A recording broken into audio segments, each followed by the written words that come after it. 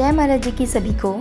दृष्टांत है, एक सुबह एक महिला ने पड़ोसी के घर की ओर देखते हुए अपने पति से कहा, न जाने कैसे लोग रहते हैं यहाँ, कपड़े भी ठीक से नहीं धोते। पति ने पत्नी की बातों पर ज़्यादा ध्यान नहीं दिया।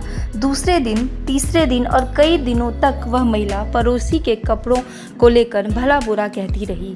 एक दिन दोनों पति पत्नी नाश्ता कर रहे थे, तभी महिला ने फिर से खिड़की से बाहर की ओर देखा। महिला ने चौंकते हुए कहा, वाह, इन्हें बुद्धि आ गई है, आज तो सारे कपड़े चमक रहे हैं, जरूर किसी ने कुछ कहा होगा।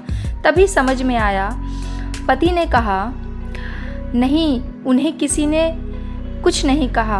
पति ने आश्चर्य से पूछा, आपको कैसे पता?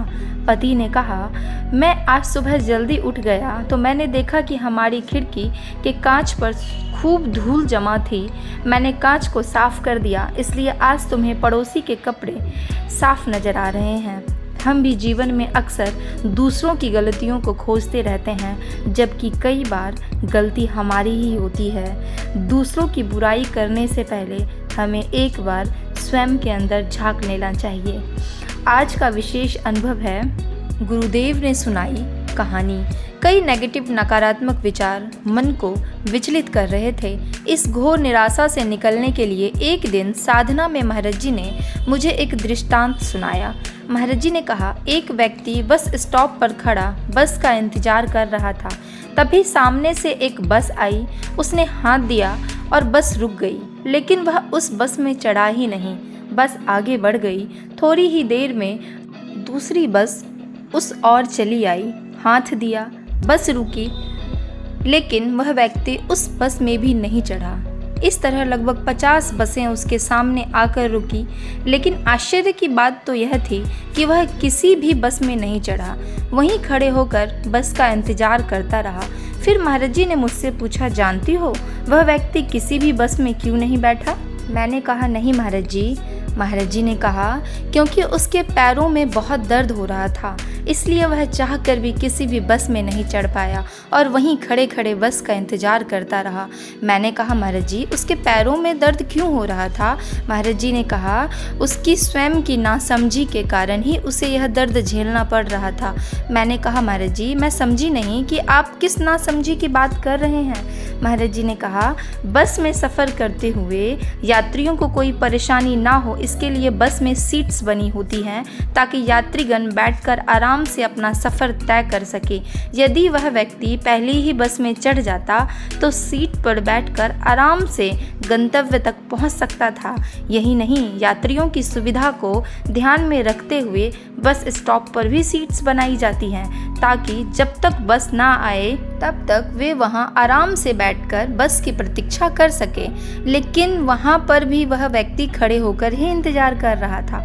काफ़ी देर तक खड़े होने के कारण उसके पैरों की मांसपेशियों में खिंचाव पैदा हो गया और इस कारण उसे दर्द होने लगा।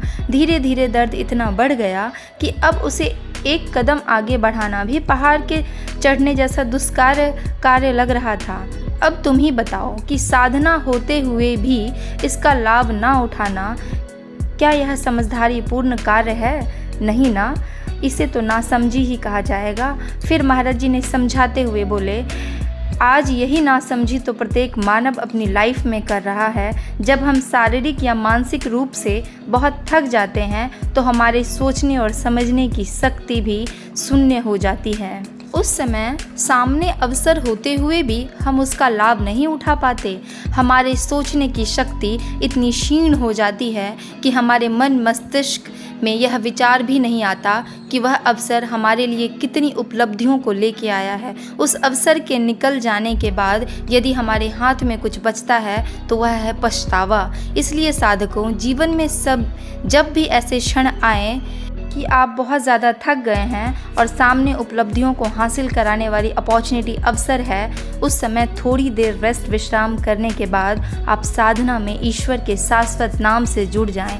फिर पूर्ण मनोयोग से सेवा कार्य में जुट जाए। यही साधना और सेवा आपको सकारात्मक विचारों से पोषित करने के साथ साथ अंदर में भी स्ट्रॉन्ग, मजबूत करेगी।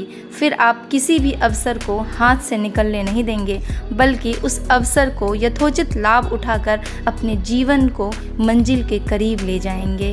इतना सुंदर अनुभव था। इसीलिए मैं लास्ट में यही कहना चाहूँगी कि हमें जितना भी समय मिले उसमें हम ध्यान साधना ज़रूर करें, और ऐसे ही सच्ची अनुभूति अगर आप लोगों के जीवन में भी घटती है तो उसे अनुभूति हेल्पलाइन नंबर पे रजिस्टर ज़रूर कराएं। जय महाराज जी की सभी को।